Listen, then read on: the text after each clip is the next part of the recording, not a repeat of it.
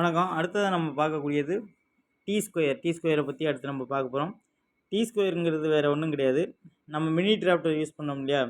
So mini டிராஃப்டருடைய old version அப்படின்னு நினச்சிக்கோங்க. So இது வந்து பழைய முன்னாடி நம்ம பயன்படுத்தின அதாவது ஹரிசாண்டல் லைன்ஸ், அதாவது கிடைமட்ட கோடுகள் வரைவதற்காக பயன்படுத்தப்பட்டவை தான் இந்த டி ஸ்கொயர். இந்த டி ஸ்கொயர் பொறுத்த வரைக்கும் இங்கே ஒரு இமேஜஸ் காமிச்சிருக்காங்க இல்லையா?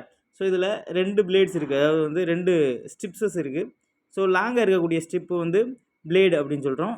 ஷார்ட்டாக இருக்கக்கூடிய சைட் இருக்கு இல்லையா, ஸ்ட்ரிப் இருக்கு இல்லையா, இதுக்கு வந்து ஹெட் அல்லது ஸ்டாக் அப்படின்னு சொல்லுவாங்க. ஸோ ஹெட் அல்லது ஸ்டாக், இது வந்து பிளேட் அப்படின்னு சொல்லுவோம்.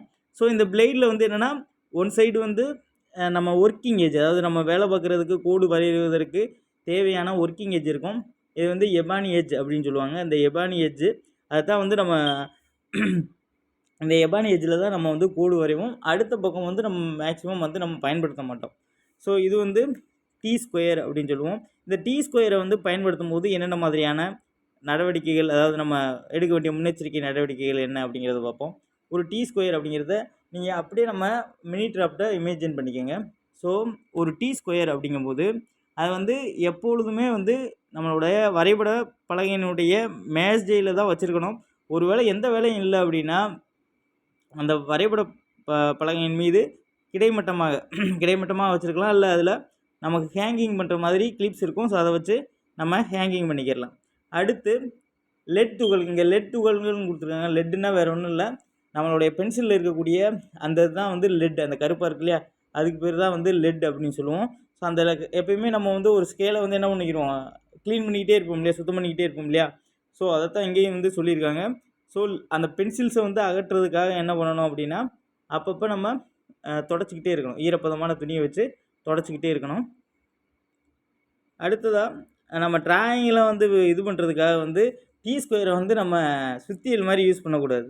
சுத்தியல் மாதிரி யூஸ் பண்ணாமல் அதை வந்து நம்ம ஒரு நம்மளுக்கு வரைவதற்கான உபகரணம் அப்படிங்கிறத எப்போதுமே மனசில் வச்சுக்கிறணும். அடுத்து நம்ம கட் பண்ணும்போது இந்த ஸ்கேலை யூஸ் பண்ணி நம்ம கட் பண்ணக்கூடாது. ஸோ கட் பண்ணுற மாதிரி இருந்தது அப்படின்னா நம்ம அதுக்குன்னு தனியாக ஸ்கேல் தான் பயன்படுத்தணுமே ஒழிய இந்த டி ஸ்கொயரை வந்து யூஸ் பண்ண முடியாது. அதே போல் மறையாணி, அதாவது இதை வந்து நம்ம லாக் பண்ணுற மாதிரி இருக்கும்.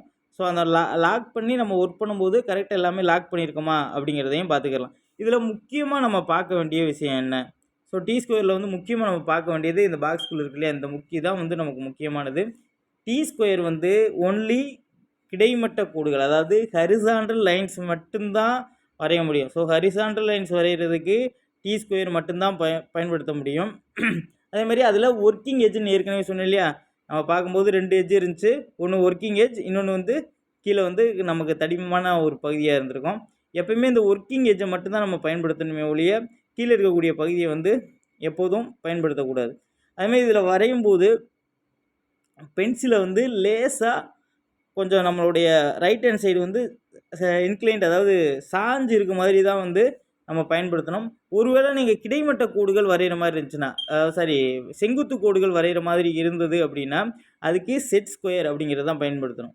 ஸோ செட் ஸ்கொயர் அப்படிங்கிறது என்னென்னா அடுத்து நம்ம வரும்போது அடுத்து இந்த செட் ஸ்கொயர் என்ன அப்படிங்கிறத வந்து நம்ம பார்க்கலாம்.